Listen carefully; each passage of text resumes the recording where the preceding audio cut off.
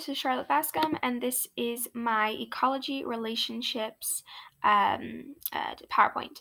So, if you'll just give my computer 1 second to load, it is kind of slow, it's a bit old. I did my PowerPoint on ecology relationships, there it goes. So, this is Ecology Relationships by Charlotte Bascom. So, what is an ecology relationship? So, by definition, it is the interaction among organisms within or between overlapping niches.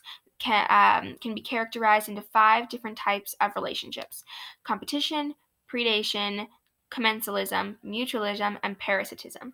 But what I interpreted, like a little bit of a smaller definition, is it's an ecology relationship. It is a relationship that living things have in an environment together. Keep in mind, these are living things.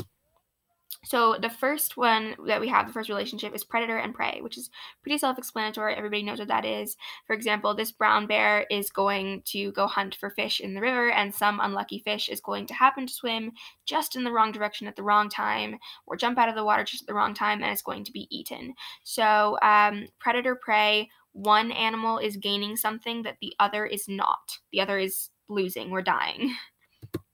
And here's another example of a lion and a zebra. So the next relationship we have is a herbivory relationship, and these come from animals who eat plants. So the plants are, grass is like a super common food that is consumed by a lot of animals in nature: cows, bunnies, zebras, a lot of different animals.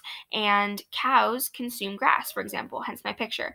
So this cow is going to consume this grass. However, with too many cows produced and overpopulation, the grass wouldn't be able to grow back as fast for the cows to eat and would eventually lead the cows to die off. And this can happen in any relationship: predator-prey, if too many of the prey die off, not enough predators can eat, etc. But this is a relationship where one animal, is the cow, is going to be eating the grass, and the grass really isn't affected because it's not really a living animal. So, here's another herbivory relationship between giraffes and some of the trees on the plains in the savannas, because it's just another plant that one of the giraffes will eat. So, next one is parasitism. Parasitism is when a harmful parasite is gaining something while their host is suffering. So, for example, I used lice and a person. So, obviously nobody likes lice. There's treatment for lice. You want to get rid of it as fast as possible. But just even the thought of a live bug crawling, living, and laying eggs on your head is just disgusting. And then obviously you have to find out somehow, and this can usually come from an itchy head, or someone will tell you that your head looks like it has a lot of dandruff, and then you're like, what? I don't have dandruff. And then you find out that you have lice. So a lot of people get treated. A lot of people, it's very common. It's nothing to worry about, but you do want to get rid of them because eggs can hatch and then more lice occur, and it's just a whole ordeal. The other one I used is mosquitoes. These are also extremely common, just because they come around every summer. You get a mosquito bite, and then you have a little bump that's itchy for a little while, and there's nothing you can really do about it. You just have to try and not itch it, or it just starts to bleed. So the next one is commensalism. Something is gaining while the host is neither bothered nor suffers from anything. So one of the examples I used is between the provider and the recipient. So the provider in this situation would be the shark. So in TV documentaries and pictures, we see sharks all the time swimming around, and little fish are swimming with them. But I used to wonder all the time why the shark doesn't just eat the fish, because it's right there and it's super easy to get to. And that is because the fish is actually helping the shark out. The fish will latch onto the shark or swim under or around the shark, and it will eat the bits of food that fall off onto the shark. Or if a shark hunts something and there's food left on its skin, or it cleans the shark's skin for them and gets rid of parasites that could be on the shark. So the shark is getting cleaned and stays clean and healthy, and the recipient, the tiny fish, is the one who gets a free ride and free food, which is pretty nice. And then the other example I used of commensalism is a crocodile and birds. This is very commonly found where it is pretty dangerous and it is pretty risky business, a pretty risky meal to take. Alligators will open their mouths sometimes, or crocodiles, and a little bird will fly by and pick all the food out of their teeth. So the bird is getting a free meal while the alligator is getting their teeth cleaned. So it's like their own personal toothbrush, which for the bird it is pretty risky. I mean, they might die, but it's worth a shot, right? Food is food. The next one is mutualism, where both sides are mutually gaining something. So the provider, so they're basically both providers.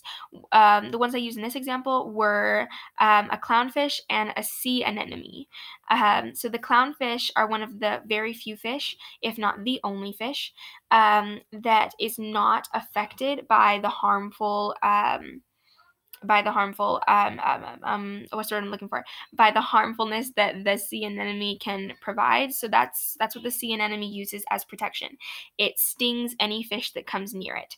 So the clownfish, however, is immune to that. It is not harmed by it at all. So clownfish will typically live or swim around sea anemones, and they'll live there, and that's their home because no other fish can really get to them, so they're safe. And then it has been said that clownfish will lure other fish in. That way the sea anemone can eat as well. So they're both providing for each other. And the other example I used are bees and flowers, because the bees need to pollinate the flowers so the flowers can live, and then the flowers will in return give the bee food. The next one is competition, where two things are competing for the same goal. Two animals, two anythings are competing for the same goal. So this I used two gorillas, two monkeys, for example. This gorilla on the left has a family and looks like they're going into a sheltered space from the rain, and they look like they're going to go be comfy with their family, while this guy on the right is lonely and sad and does not have a place to live and is using a leaf to protect himself from the rain. So we can assume from these two images that this poor little monkey somewhere along the road was not able to compete far enough to gain a mate or to have a house or protection, so he has to sit in the rain with a leaf. And the other one I used is a walrus, whereas, so these two walruses, the one on the left and the one on the right, probably competed at some point for a mate, and the guy on the left did not win, and the guy on the right did. So now he has a mate for the winter or for life or to have babies with, and the guy on the left is stuck with nothing. My next one is, I'm going to say this so wrong, intraspecific. They are two animals fighting for limited resources. So we can assume that these two animals right here were competing for a female, or to be the leader of the pack, or water, or space, or food, or shelter, or one of those two. And one will come out on top and one will not. And then the next one is interspecific. And interspecific is two animals fighting for limited resources of the same species. Notice how I underlined of the same species. And that is because it's like it says in the last one, as we see here, interspecific, they did not specify the same species. Even though I did use a picture of the same species, it could be anything. It could be a squirrel and a bunny fighting for the same thing. It could be anything. Whereas interspecific are two of the same specific animals. So this picture is two bears, and they're both competing for fish in the river. However, this can be anything again, such as mates, space, food, water, shelter, and anything else. And now to tie myself into the whole thing, relationships in my life, I had to provide two relationships in my life that are related to ecology relationships. So the two that I picked were herbivory and mutualism. I picked herbivory because I have been vegetarian for the past 6 years and vegan for the past 3, so I do not eat meat or eggs or dairy, so it's not like predator prey, where I might not specifically be the one killing the animal, but I am eating it. I am not eating anything like that. It is herbivory, whereas we saw on the past slide, the cow was eating the grass or the giraffe was eating the tree. And then mutualism, I used an example from my personal life, was my mom will cook or my family will cook and kind of make a mess of the kitchen, and then I will come in and I will clean it. My mom gives me $20 a week for that, so it's kind of my mom gets a clean kitchen and I get $20. So we're both gaining something from that. And that is the end. So thank you for watching my ecology relationships